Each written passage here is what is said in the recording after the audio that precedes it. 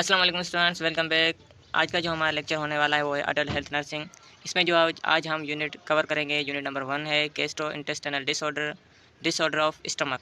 जो स्टमक के डिसऑर्डर है वो हम कवर करेंगे, जिसमें डिजीज़ का नेम है गैस्ट्राइटिस। ओके, ये ऑब्जेक्टिव्स है जो इस लेक्चर में हम कवर करेंगे। अंडरस्टैंड गैस्ट्राइटिस, समझेंगे गैस्ट्राइटिस क्या है, आइडेंटिफाई काजेज समझेंगे, इसके मैनिफेस्टेशन, साइन एंड सिम्टम समझेंगे, पैथोफिजियोलॉजी समझेंगे, diagnostic, medical and surgical management वो भी समझेंगे, और नर्सिंग प्रोसेस। ठीक है, तो चलिए स्टार्ट करते हैं। पहले हमें पता होना चाहिए गैस्ट्राइटिस हम किसके कहते हैं? स्टमक को कहते हैं। Gastritis is an inflammation of the stomach mucosa occurring when the stomach has been exposed to irritating substances such as medication, smoke, food allergens और टॉक्सिक केमिकल। अब हमें पता है गैस्ट्रिटाइटिस मतलब इन्फ्लेमेशन स्टमक की म्यूकोजा में हो जाए, किस वजह से हो जाए? एक स्मोकिंग की वजह से, फूड एलर्जी हो जाए, टॉक्सिक हो जाए, या केमिकल्स है, या मेडिकेशन, उस वजह से क्या हो जाए? इन्फ्लेमेशन हो जाए, उसको हम कहते हैं गैस्ट्राइटिस।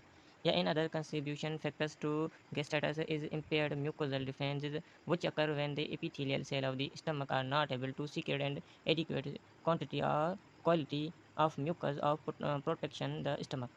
अब दूसरी जो है इसमें वो क्या है? जो स्टमक की जो म्यूकस हो, जो लाइनिंग बन रही होती है, अगर वो ठीक से ना बने क्वांटिटी में, तो क्या होगी? वहाँ से जो एसिड होगा, इसका आपको पता है कि कितना ज़्यादा होता है स्टमक में अंदर एसिड, तो उस वजह से क्या होगा? उस वजह से भी वो लाइनिंग हो सकती है और इन्फ्लेमेशन भी हो सकती है वहाँ पे। The presence of the bacteria helicobacterial pylori, H pylori जिसे हम कहते हैं, also been associated with gastritis.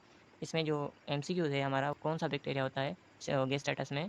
हेलिकोबैक्टीरियल pylori, ये आप ज़रूर याद करें। ठीक है, ये काजेज़ क्या हो सकते हैं अब गैस्ट्राइटिस के? इंडाइजेशन होगा, मेडिकेशन की वजह से भी हो सकते हैं, लाइफस्टाइल फैक्टर, जो अपना लाइफस्टाइल हो वो चेंज करते हैं, ऑटो इम्यून डिसऑर्डर, अपना ही इम्यून सिस्टम जो है वो खुद वर्क करने लगे, एजिंग, जो एज हो जाए उस वजह से 50 से अबो या 60 से अबो, उस वजह से भी गैस्ट्राइटिस हो सकता है, ट्रामा, इंजरी, ठीक है, chemotherapy, medical conditions, dietary factors, ये क्या थी? ये गैस्ट्राइटिस की काजेज़ थे। ठीक है, अब चलते हैं इसमें अक्यूट और क्रोनिक। अक्यूट को आप पता है H pylori infection most common cause of chronic but can cause acute. अब जो इसमें जो मोस्ट कॉमन जो गैस्ट्राइटिस है वो कौन सा है? एच पाइलरी इन्फेक्शन, जो मैंने आपको पहले बताया था। जो ड्रग्स है NSAIDs, वो उस वजह से भी, अल्कोहल ज़्यादा पीने से, बाइल रिफ्लेक्स है, severe stress, burn, trauma, surgery या क्रिटिकल इलनेस, ये क्या है? ये काजेज है।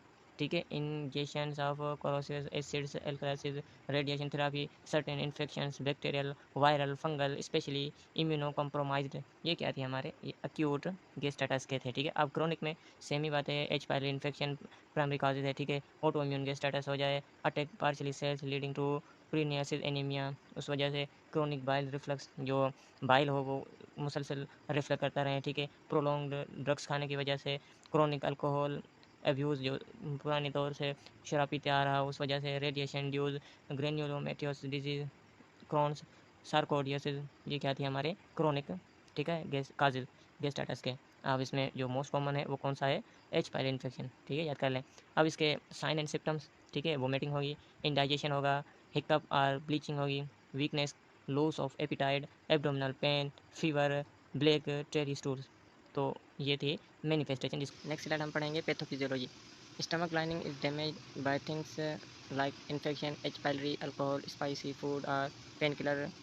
ये क्या थी हमारी? पैथोफिजियोलॉजी की है, जिसमें जो स्टमक की जो लाइनिंग होती है उसमें क्या हो जाए? डैमेज हो जाए। किस वजह से हो जाए? एच पाइलरी इन्फेक्शन हो जाए उसकी वजह से, या अल्कोहल, या स्पाइसी फूड्स, या पेन किलर जो लेता हो उस वजह से क्या हो सकता है? गैस्ट्राइटिस हो सकता है। ठीक है, protective mucosal layer becomes weak, acid and digestive juices start harming the stomach walls. उसके बाद जो सेकंड है वो क्या है? जो म्यूकस जो लेयर होती है वो क्या हो? प्रोटेक्टिव जो लेयर होती है स्टमक को, वो वीक हो जाए, कम हो जाए, उस वजह से जो एसिड होता है वो जूसेस जो होते हैं वो क्या करते हैं? वो इफेक्ट करते हैं स्टमक के वाल्स को, लाइनिंग को, इस वजह से गैस्ट्राइटिस हो सकता है। उसके बाद 3 inflammation being white blood cells go to the area to fight damage. अब जहाँ पे इन्फ्लेमेशन होगी वहाँ पे क्या होगा? हमारे वाइट ब्लड सेल जो होंगे वो जाके वहाँ इन्फ्लेमेशन की साइड जाके फाइट करेंगे। ठीक है, swelling, redness and pain occur in the stomach lining. क्या होगा? वहाँ पे रेडनेस होगी, उसके बाद सोजन होगी, पेन होगा, जो स्टमक की लाइनिंग है वहाँ पे। If not treated can lead to ulcer, bleeding और लॉन्ग टर्म डैमेज। अगर ये हमने ठीक नहीं किया तो ये क्या होगा? लॉन्ग टर्म में चला जाएगा और ब्लीडिंग होगी, और क्या होगा? अल्सर हो जाएगा गैस्ट्रोटाइटिस में। ये थी पैथोफिजियोलॉजी।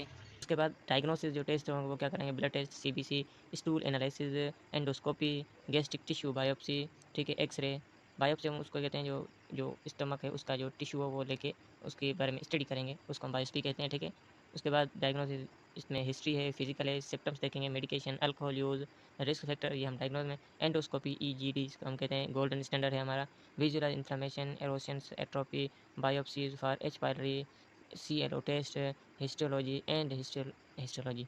ये क्या थी हमारी डायग्नोसिस थी गैस्ट्राइटिस की। ओके, उसके बाद अब मेडिकेशन, मेडिकल मैनेजमेंट में क्या होगा, रिमूव काजेज, जो काजेज होंगे उसको हम रिमूव करेंगे, क्या जो ड्रग्स वो खा रहा होगा उसको हम क्या करेंगे, स्टॉप कराएंगे। उसके बाद अल्कोहल, ट्रीट एच पाइलरी, उसको हम अल्कोहल कम कराएंगे, और ट्रीट एच पाइलरी जो होगा उसको भी हम ट्रीट करेंगे, सी ब्लो। उसके बाद एसिड सप्रेशन, जो प्रोटीन पंप इनहिबिटर्स हो गए उसको हम देंगे, omeprazole, H2 receptor antagonist, H2RA example famotidine, ये हमारी क्या थी, एसिड सप्रेसर थी। Mucosal protectants, sucralfate, misoprostol for analgesic induced, antiemetics for nausea vomiting, ondansetron, ये क्या है, मेडिकल मैनेजमेंट है। ठीक है, उसके बाद ये थोड़ी सी पिक्चर्स है जिसमें आप मेडिकेशन देख सकते हैं, किस पर्पज़ के लिए देते हैं, और नर्सिंग इम्प्लीकेशन, ये आप स्क्रीनशॉट निकाल के इसको याद कर लें। ठीक है, नेक्स्ट स्लाइड है surgical management. Usually gastritis, inflammation of the stomach lining, जैसे हमें पता है गैस्ट्राइटिस हम किसको कहते हैं, जो इन्फ्लेमेशन हो जाए किसमें, स्टमक में, is treated with medicine and lifestyle changes. ये किससे हम ठीक कर सकते हैं, मेडिकेशन से भी और लाइफस्टाइल उसकी ठीक करने से भी, but it is very rare and serious cases, surgery may be needed, surgery is only done when, अगर इनमें क्या हो, सीरियसली केसेस आ जाए कोई गैस्ट्राइटिस के बारे में, तो हमें क्या करना पड़ता है, हम सर्जिकल मैनेजमेंट करते हैं। कौन से करते हैं हम पढ़ेंगे आज। वैन इज सर्जिकल नीडेड, क्यों हमें ज़रूरत पड़ती है, severe bleeding in the stomach that does not stop with medicine, severe bleeding हो और हमें मेडिसिन से ना वो खत्म हो, तो हम फिर क्या करते हैं, फिर सर्जिकल करते हैं। काजा ब्लॉकेज, किस वजह से ब्लॉकेज आ जाए, not healed with treatment, treatment से क्या हो, ठीक ना हो, तो हम करेंगे यही करेंगे। Cancer risk, in chronic cancer का रिस्क हो सकता है लॉन्ग टर्म गैस्ट्राइटिस से, जो लॉन्ग टर्म से गैस्ट्राइटिस का मसला हो, प्रॉब्लम हो। अब इसके टाइप्स है सर्जरी के, पार्शियल गैस्ट्रोटोमी करेंगे, वेगोटोमी करेंगे, पाइलोप्लास्टी, ये क्या थी सर्जिकल की जो 3 टाइप्स है वो हमने पढ़े थे कि कैसे हम स्टमक को कट करते हैं। ठीक है, या आप इसकी पिक्चर्स गूगल से भी देख सकते हैं, पार्शियल गैस्ट्रोटोमी किसको कहते हैं, वेगोटोमी किसको कहते हैं। ठीक है, आगे चलते हैं। अब नर्सिंग प्रोसेस फॉर गैस्ट्राइटिस, अब ये इंपॉर्टेंट है कि आपको नर्सिंग प्रोसेस आनी चाहिए। ठीक है, assessment, subjective data and objective data. Subjective data जो है ये हमें पेशेंट बताता है, और ऑब्जेक्टिव डेटा ये हम लिखते हैं। तो सब्जेक्टिव डेटा में जो पेशेंट हमें बताएगा वो कहेगा कंप्लेन ऑफ एपिगैस्ट्रिक पेन, वो जो कंप्लेन करेगा कि मुझे एपिगैस्ट्रिक में पेन है, नोजिया, एनोरेक्सिया और वोमिटिंग है। ठीक है, ऑब्जेक्टिव डेटा हम क्या लिखेंगे, abdominal tenderness, hematemesis, expressions, vital sign, abnormality. Patient को क्या होगा वहाँ पे, टेंडरनेस मतलब सख्त होगा वहाँ से एपिगैस्ट्रिक रीजन, उसके वाइटल साइन होंगे वो भी क्या होंगे, डिस्टर्बेंस होंगे। ठीक है, अब डायग्नोज कैसे बनेंगे हम। acute pain related to gastric mucosal inflammation as evidenced by patient verbalized report of epigastric pain, abdominal tenderness, ये थी हमारी acute pain nursing diagnose। ठीक है, ईजी है, आप बना सकते हैं कि पेशेंट को। उसके बाद nausea related to gastric lining, ठीक है, irritation as evidence by repeating vomiting episodes, ये है सेकंड इसकी नर्सिंग डायग्नोज। प्लानिंग कैसे करेंगे, patient will verbalise pain relief within 24 hours. ठीक है, patient will have reduced nausea and vomiting within 24 hours, patient का जो पेन है वो 24 आवर्स में मतलब हमें कंप्लीट करना है, क्लियर करना है, ठीक करना है पेशेंट के लिए। ठीक है, इसलिए हम प्लानिंग करेंगे, गोल बनाएंगे, शॉर्ट टर्म गोल है और लॉन्ग टर्म गोल है। ठीक है, इंप्लीमेंट, जिसको हम इंटरवेंशन कहते हैं, pain management, assess pain location, देखेंगे पेन जहाँ पे वहाँ पे लोकेशन, वहाँ पे सीवीटी एंड कैरेक्टर्स, जो सीवीटी है उसके बारे में। ठीक है, administer prescribed anti acid H2 blocker, protein pump inhibitor, ये जो डॉक्टर प्रोवाइड करेगा वो हम देंगे। Encourage avoidance of irritants, spicy foods, acid foods, जो ट्रिगर करे मतलब गैस्ट्राइटिस को, तो हम क्या करेंगे वहाँ पे ये स्टॉप करवाएंगे, कहेंगे कि स्पाइसी जो फैट्स वाले जो ऑयली है वो हम क्या करेंगे, ब्लॉकेज करना बंद कर देंगे, ताकि जो गैस्ट्राइटिस का प्रॉब्लम है वो खत्म हो जाए। ठीक है, encourage rest and position for comfort, encourage करेंगे, ठीक है, उसकी आराम देंगे और पोजीशन सेट करेंगे। नोजिया मैनेजमेंट, अब नोजिया मैनेजमेंट हम कैसे करेंगे, administer antiemetics as ordered, antiemetics हम किसको कहते हैं, नोजिया वाले ड्रग्स को। ठीक है, provide small bland frequent meals, maintain clean oral hygiene after vomiting, keep emesis basin accessible. Last में है evaluation, patient verbalize pain relief within 24 hours and display relax behavior, patient verbalize कहेगा कि मुझे pen जो है वो relief हो गया है और मैं बेहतर महसूस कर रहा हूँ। ठीक है, patient had no vomiting, patient को जो है अब वोमिटिंग नहीं आ रही है episode, and reported relief from nausea, अब जो एपिसोड में जो उसको वोमिटिंग हो रही थी वो कहेगा मुझे अब नहीं आ रही है, मैं ठीक हूँ। ये थी हमारी नर्सिंग प्रोसेस, मस्ट इसको याद करें। ओके, इसके बाद ये रेफरेंस सो मच, अब हमसे लास्ट तक जुड़े रहे, इंशाल्लाह हम आपके लिए ऐसे मजीद वीडियो लेके आएंगे, तब तक के लिए अल्लाह हाफिज़।